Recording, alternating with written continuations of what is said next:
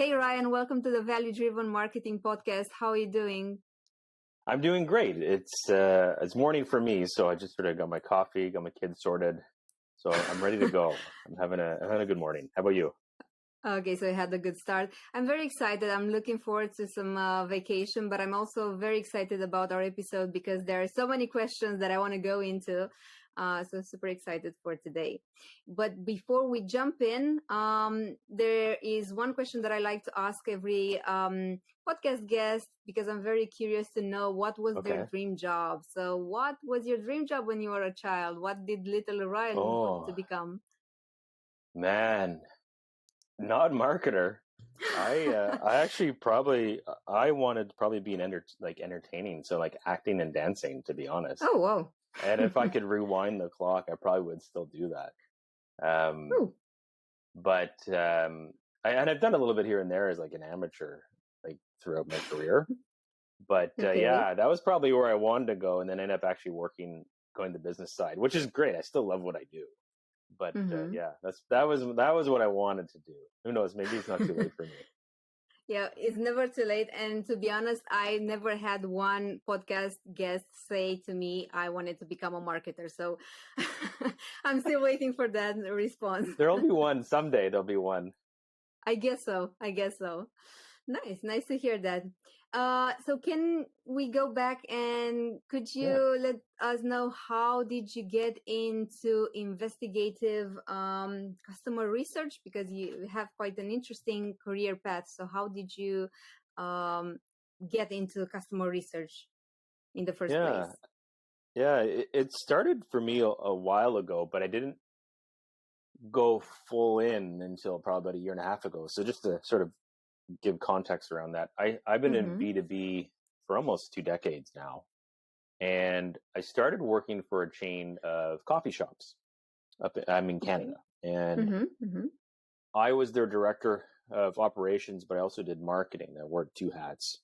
And in that world, most of your marketing is actually B2C focused in many ways, because you're trying to understand the consumer and their preferences for how they buy products, right? Customer research or consumer research, sometimes what they call it in that world, is like a big piece. And it's very expensive to do. We were a small, scrappy chain of restaurants. We had like no money. So I went and did them myself. And that's how I started. So I'd go and do, surveys of customers. I do person on the street interviews, is what they call them. So when you're like in the environment, I do observational work. So I'd sit down and watch how people buy and how the queue would move. And then I'd even go into the lines of competitors. And I'd start talking to their customers, and I pretend I was a customer, and people thought I was crazy. But I just needed to understand why they were choosing the places they were. Why are they choosing to spend my money here but not here? And that was really the catalyst. And I just carried that throughout my career.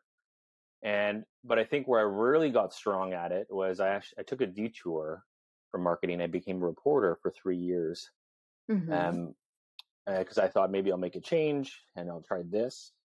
And it was great. It ended up going back to marketing because I enjoyed that much more. But it was a great place to learn the art of investigative interviews because I did do some of that work. And it's different than how a marketer might talk to someone about, if they're gathering content ideas or copy ideas or just trying to understand some basics about the customer for a case study. They're similar, but there's a very difference in the rigor and how you approach it. Because what I don't necessarily care about their opinion around the product. I'm trying to understand the sequence of events that occurred within a certain part of how they use a product or how they bought the product, right? With as little bias as possible. And that's a lot of what reporters do. Even lawyers or detectives will tell you it's a very similar process. So I carried that throughout my marketing career, and that's all I did. So either when I was running marketing teams or now as content before I do it for other companies, that's all I do. All I do is I use interviews for what they call primary customer research. That was a long answer, but I think it gives you a sense of like how I got here. And you mentioned there's a difference in rigor, when you're talking to a client just to find out what sort of content they would need, and when you're talking to a client to identify behaviors and what triggers them to buy. So can you detail a bit more on that? Yeah, like I said, it's similar, right? But for what I think, maybe even to take a step before that, there's different types of research interviews or research objectives. Sometimes it's, churn. If someone's left you, if you're a software company and you have a monthly subscription, it could be a win-loss interview. It could be a UI, UX, how they use the product. There's all sorts of things you're trying to understand. What I care about, or what I primarily focus on, is research for marketing, specifically up just until the sale closes. I don't necessarily care about what happens after they become a customer. It's still important, but it's not my focus. So how I go through that is I just try to find the steps and actions they took from them identifying, ooh, this is a problem. This thing's no good, right? Like within the business, there's something that's happening that's causing them not to meet their goals. There's some type of friction. And then what was the entire process they went through until they actually decide, okay, here's my credit card, or, here, you're the vendor of choice, and let's get going. Sometimes that's weeks. Sometimes that's months. I've seen it as long as 2 or 3 years. Well, what's happening in that part, right? And asking them, to sort of talk about their opinions through that process don't really help you, because one, they might not remember everything. Two, they might not give you exactly everything you need. What I care about more is uncovering all the steps that happen. And there's a way to do that when you're interviewing people, that rather than just ask them directly, because that's what we often do, especially product marketing managers. Sometimes we talk about, like, why did you buy it? Oh, well, we needed that tool. Great. Check the list. Well, that's not necessarily why they bought it. What was happening in their business? There's all sorts of things that are happening. And that is where marketing starts to live and breathe. So I hope that answered the question. Yeah, it does. And it actually brings me to another question. I just want to give some more context. So you have your website and you have a very extensive case study in there, which I want to say, I think that's what good content marketing should be like, because I was reading it and it was very easy to read. It was a pleasant experience, and you detailed everything that you did. And I didn't feel for a second that you were trying to sell anything or that you had like a hidden agenda. So that was amazing. And I do want to quote you. You say there, I try not to gather personal opinions, but behaviors. And I want to understand actions buyers took from identifying a problem right to the actual purchase. So how do you make the difference between opinions and behaviors? How do you, pinpoint which is which? Yeah. So let me give you an example of how I might do this, right? So if I'm talking to you and say you're a buyer for the first time, what I will do is a few things. So the first one is I will ask you, okay, I don't want to start when when you bought the thing, right? Or that sales conversation. I want to start a conversation way back in the past, wherever that was, to when you first identified there was an issue. And I mentioned that just a few minutes ago. And then what I'll do is they'll say, okay, they'll say, walk me through what was happening in the business, or walk me through what you found. Like, what was the triggering catalyst there? So they might explain, oh, we were running at it, let's take a CRM, like, HubSpot or Salesforce or Pipedrive. They might say, oh, we're using spreadsheets to manage all our contacts. And we were up to like 400, 500 customers. It'd become a nightmare. So we needed to find something. Great. What did you do next when you found that problem? You said you had that thought. You talked to did you talk to someone on the team? Did you research? Like, what was the next action you took? And they're like, oh, okay, well, yeah, I talked to our sales VP and I explained to them what we need to do or what the challenge is. Great. What did you do next? And I just sort of take them through that sequence of events. And it sounds almost like trite or silly, but when I just want to find that path they took. Sometimes customer success people will call this a path to purchase. Like, what were the steps they took? And then what I also do is I'll mark the timeline. So if they say, oh yeah, we were using spreadsheets to manage all our contacts. Great. When was this? Oh, this was 2019, October. Great. And then we start going through the timeline, and then they might get to like a significant event, and they'll say, you know what? I went to this online thing. It was sponsored by Pipe Drive. I'm giving them this whole shout here. I don't even use them. But it's like, and then I went and Googled them and started looking through their case studies. Great. When was that? Well, that was March of 2020. Okay, great. Why did it take you so long to look for a solution? What was happening? Because that's like a few months before they even start looking for something, aggressively, or they find something they like. Why didn't you find anything you liked in between that? What was happening? Right. So those are the things I want to understand. It's because we don't just wake up and buy a thing in B2B. There's like a sequence of events or tipping of the scales, or there's all these things that impacted the decision way before they even reach out to a sales team or look at a website or ask for a demo or what have you. That's what I mean. Like, I don't care about, did you like it? How did it help? I don't care about that. I want them to explain to me their business model and their problems, and then how they went about finding the solution. That's the distinction for me, between opinions and actions. Yeah, that's very clear. Like, yeah, sounds super, super interesting. And it sounds like there's an entire process that goes into preparing for a customer interview. So could you, could you try and outline, let's say, what is your process for preparing such an interview with a customer? Yeah, I mean, maybe it's not as in depth. Like, I sort of reacted like it's this huge, huge thing. It's more just the work is understanding with your team what you want to know. You are going to be talking to someone. If say you use an interview as part of your research foundation, because there's other things you're going to do. Like there's surveys for scale. Your CRM will have great data, right? Like there's also things you're going to put together as a holistic puzzle. But interviews are a great foundational piece, in my humble opinion. So say you're going to go out and do that. Well, you want to talk with the team about like what's important to know at this point for the business, or what based on what we want to achieve. Because if you only talk with someone for 45 minutes, maybe an hour, I usually say I recommend half an hour to 45 minutes. That goes by so fast.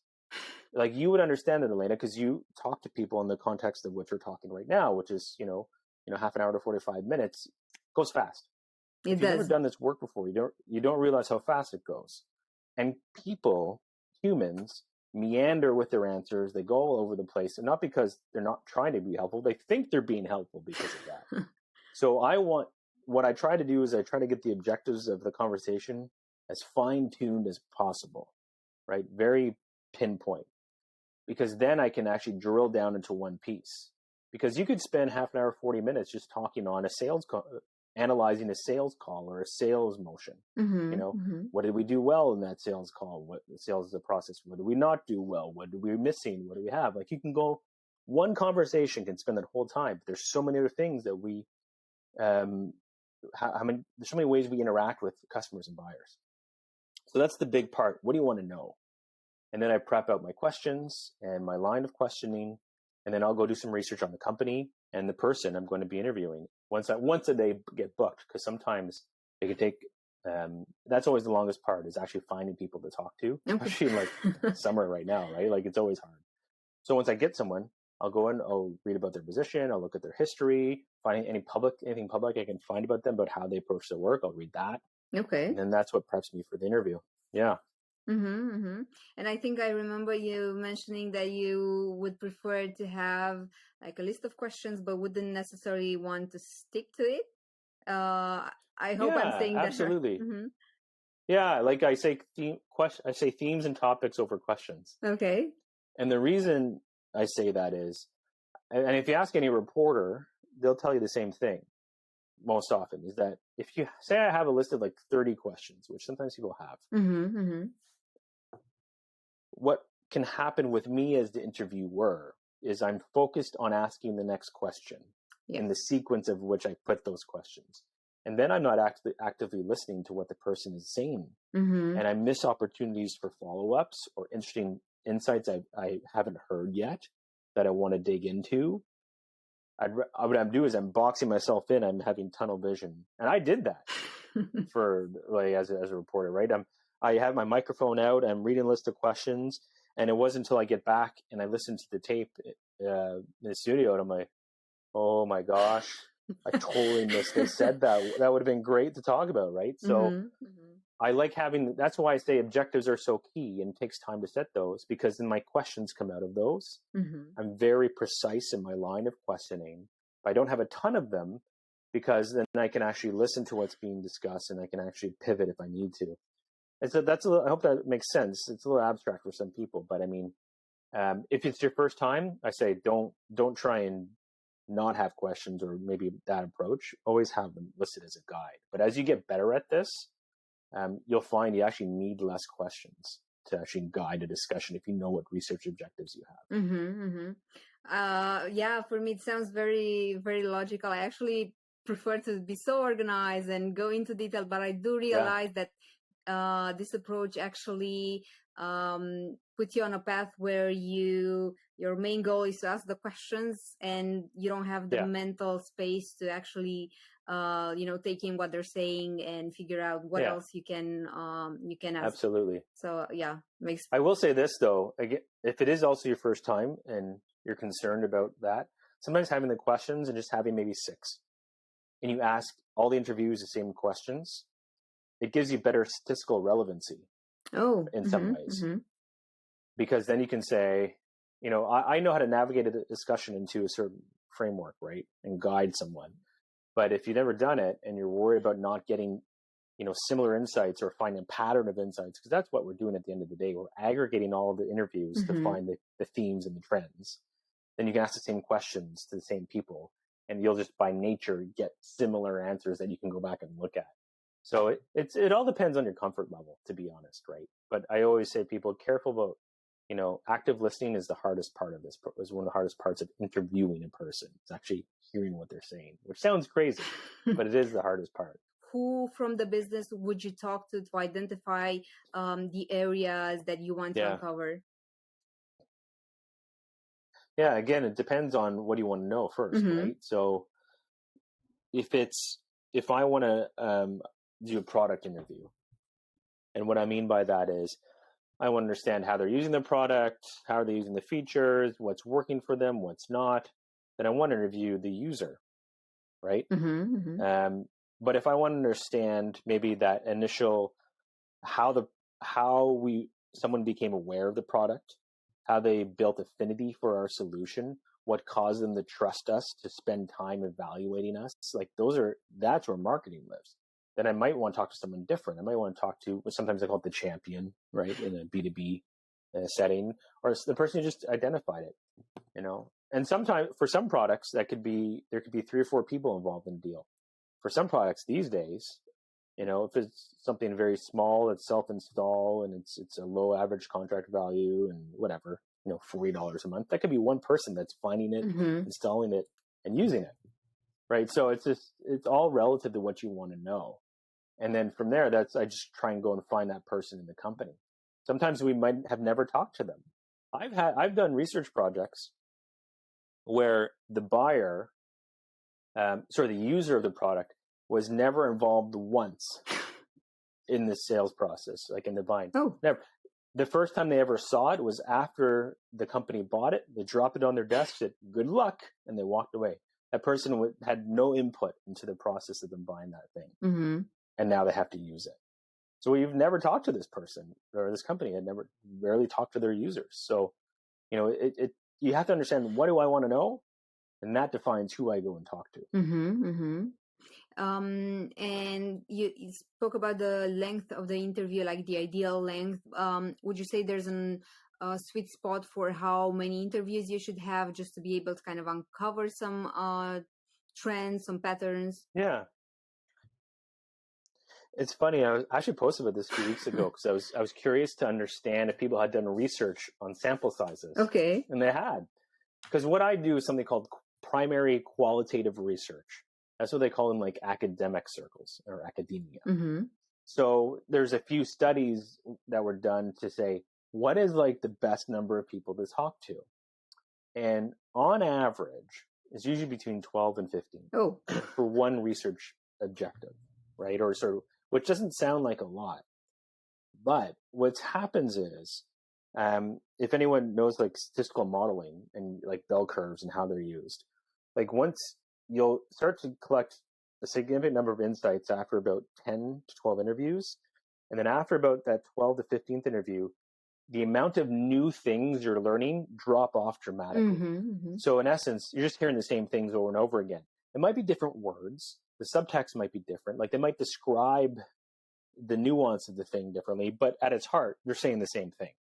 So that is sort of the sweet spot, is that 12 to 15 where you're just not learning anything new.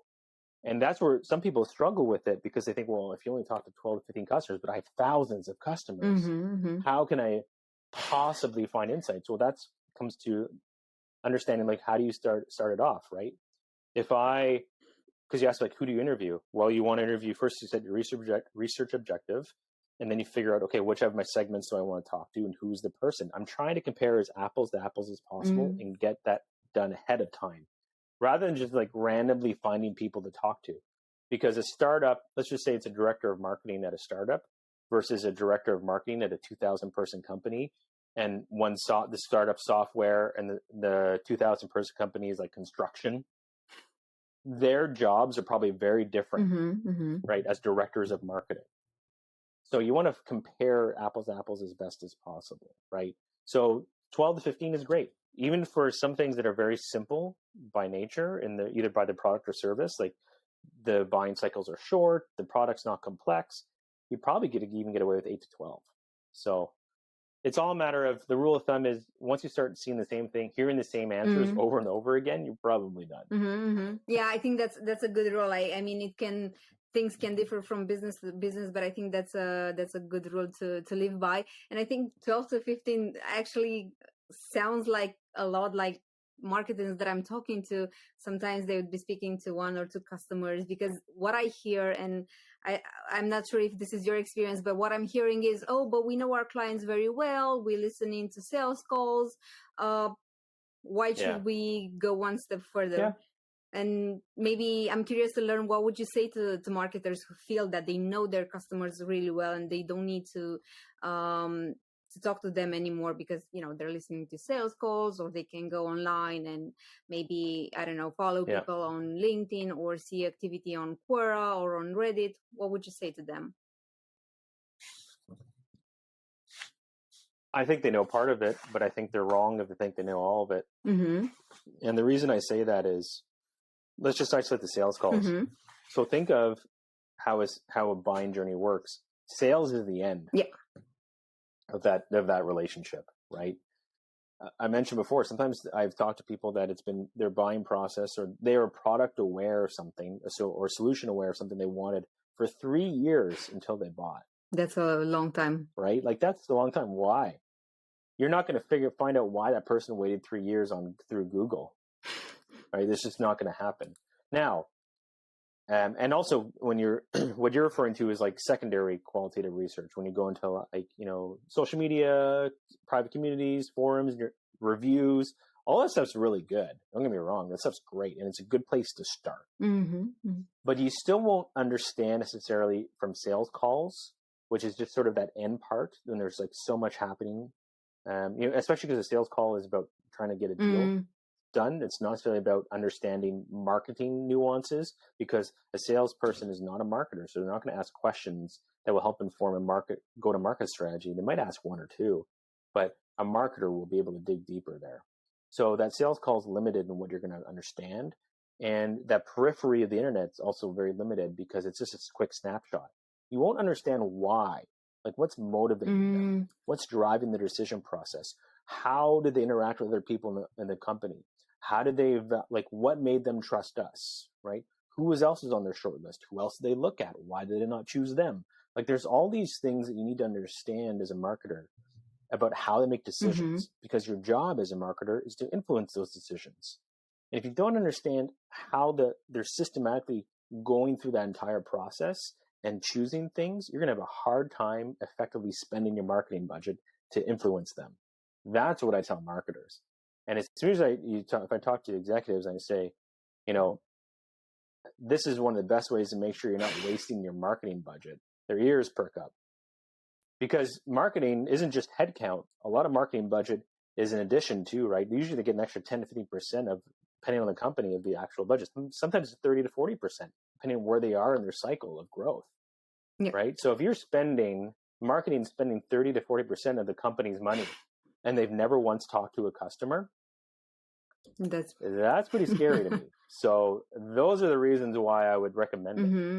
And I actually remembered one of your LinkedIn posts where you said that most marketers spend their budget on where people, or after people have become aware of their problem, and very few companies and marketers spend money on making people become aware.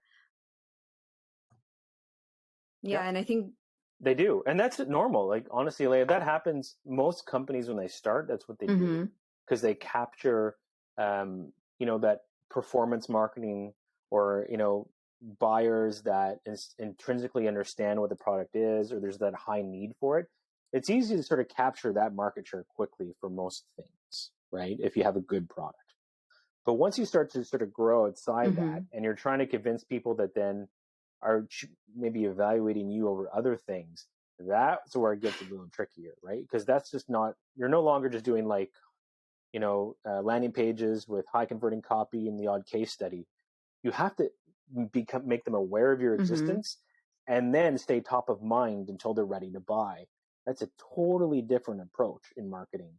And if you don't understand like what they care about at that part of the equation, you're going to really have a really hard time getting new business in, because that's what happens at the end of the day.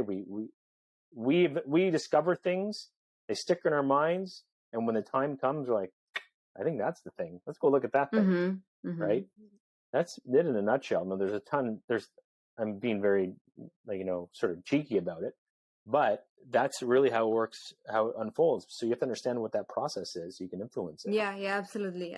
And I think just uncovering motivation is so difficult, and it's so subtle, but so important, because if you don't know why people are buying, how are you going to be relevant for them and just stay top of mind? Okay, so it's important to identify what you want to hear from what you want to uncover from the customer research. You go speak to clients, you prepare your interview. How can you use the output of the customer research? Well, so you mentioned my case study, to plug myself, but that was really fun because the company you're speaking about is going to be called Rewind. There's a SaaS company where I am in Canada. They've done really well for themselves, and they built the business off Shopify's marketplace and built a really successful business. They then, what they do, just so everyone understands, is they build backup and recovery software for other softwares like Shopify or QuickBooks and GitHub, Jira, Confluence, all these other tools. So they had, what they had done is they had acquired the GitHub solution, which is another backup and recovery piece of software. And the logic is, okay, we have a sales and marketing team. This thing fits. It does the exact same thing as that other stuff. Should fit nicely into our product portfolio. Let's build a landing page and go to market. Simple. The sales just not meet the forecasts. Yeah, right. And so I got tapped with their product marketing manager, who had never done any interviews. They'd only listened to sales calls their whole career. And we went and started talking to customers. And there's a lot we had right. There's a ton we had wrong, right? And just small things. We didn't really have the buyer correct. The problem we didn't really necessarily have correct. How they were trying to solve the problem without us, we didn't necessarily have correct, right? Those are all integral things to know. So when you ask, like, what can you do? Well, what we found was there was a big piece of the buying journey that was happening that we weren't talking about. And that was people were trying to build their own version of the Rewind's GitHub software, right? Because a lot of them were developers. And that's very standard in that community. The challenge is that the way that the software works, they were always going to fail at what they wanted to do because of the nuances of how the technology works together. And that's what we saw in the forums. What we didn't know was the extent of which people were trying to do that. We're talking like 60% of them were trying to build their own thing. Oh my gosh. So if you go look at the case study, what Rewind had, which is what a lot of early stage companies have, they just talk about the features and here's our product and here's what it does, rather than like, here's where you get to, or here's what we help you not have to do. So that's what we did. We said, stop writing your own stuff because it's going to not work, right? And that's what we did in the landing page. We did some ads like that, and installs doubled. Wow. As soon as we changed all the copy. within the first week of us changing the copy, the install started to take off. Small things like that. So when you ask how do you use it, that's a perfect example where you understand you have some things wrong about the buying process. So you can go and fix them with the language of the customers because they're telling you what's wrong with it. You just have to figure out how to get it out of them. Yeah, super interesting and amazing results you achieved with this customer. And I think there's a lot of power in you don't know what you don't know. I think that's the that sums it up for me. Absolutely. Okay, so I'm also curious to know, what would you advise a marketer or a marketing leader who is trying to, gather the arguments to convince, leadership to get some budget for running customer research? Oh, yeah. That's such a tough one. I'm not the only researcher I know gets that question. I know people struggle with it. That's why I talk about budget now more than anything. Okay. How do you know what you're spending money on is working? Or how do you know that's what you should be spending your money on? That's really it at the end of the day, And we do that with other disciplines, right? Before we build a product or we launch a new service, we go and we investigate. Would people use this? Does this make sense? Does it actually solve a problem? At least good companies there's still people that just build things and ship them and work. But that's a go-to-market strategy is all encompassing. And I think sometimes we forget, this is just me. I came up the business development side, and to me, marketing and business development are synonymous. It's not the creative side of things, and the execution around performance marketing is just a subset of marketing, which is, how to influence a market. That's what marketing is, which is part of business development. Like, how are we going to get into a market and win and compete? And just throwing up landing pages and random copy and stuff that your competitors are doing is not going to work in the long run. So if you want to know, that's what I usually say to people, go ask your executives that either want to audit that you're spending your budget effectively, or you feel like we don't have a good strategy to know that we're spending that money effectively. That's where I would start. Because as soon as they hear money and budget and not effective, that's where I think the conversations change. It's still tough because some companies don't want to hand over the reins to marketers to talk to customers. And I understand, because they're worried about, bugging customers or too many people reaching out, or if they had a bad experience, they're up for renewal. There's all these things that reasons and rationales we give. Sure, totally get it. But sales doesn't own the customer. Neither does customer success. They're the customers of the entire business, of everyone who works there. So, I think we can come together and decide, or at least to have a conversation about, like, if marketers want to talk to customers, how can we go about it and helping them win? Because at the end of the day, you're helping the business win. Anyway, that's my soapbox moment. I hope that answers the question. Yeah, it absolutely does. And I think you made like a very good point that sometimes salespeople or, just client facing tend to be protective of the client. And I've seen this, I tend to work with services companies where, sales is a very important function, and they tend to protect the client, like, oh, we don't want to bother the client by asking them different things. And I think that's as a marketer, that's a big challenge to overcome, like having the credibility that you are going to add value and you're not going to waste the client's time. So to me, it's an interesting challenge and a big problem to solve. Here's the thing, though, too, if I may. Usually when I talk to customers, because my thing is I talk to customers for the company. So that's a whole other leap of faith, right? But that's all I do now. And most of the time, customers are over the moon that they're being asked their opinion. Okay. They love it. And I haven't run a research project yet where at least one person hasn't said, when I ask, usually a lot of times I'll ask a question, what made you trust this company? I've said that a few times as we've chatted, right? Like, that's a big one. And sometimes I'll say, oh, this helps me earn their trust. This is great. This whole process, you're asking me my thoughts about the company. It's great. That alone builds, some type of, that deepens and strengthens the relationship with the people that relying on you for your product or service, right? Because it shows that you value what they do and you value having them around, right? Because at the end of the day, businesses are still service businesses. Even if you have a product, there's still a service element there, right? So it's that I find helps solidify that relationship a little more. Anyway, that's one more thing I'll say. Absolutely. Makes total sense to me. And if we were to wrap up, what would you say are some of the mistakes that you would advise a marketer to try and stay away from if they're running customer research and customer interviews on their own? Yeah. Easy one. So like I said, just don't open up Zoom don't open up Zoom and start talking, or Google Meets, whatever, because it's just going to be a conversation that goes all over the place. You might learn some stuff, but you won't. Remember, research is different than me just having a casual conversation to get some ideas. I need like a process to sort of, encapsulate all the findings and insights and themes and trends that I find. So, have a plan, have objectives, have something you want to get out of it. Always record the interview. Again, it sounds silly, but I've seen product marketing managers walk away from an hour conversation with like 4 sentences scribbled on a piece of paper because they're expecting they're going to remember everything. And you are not going to.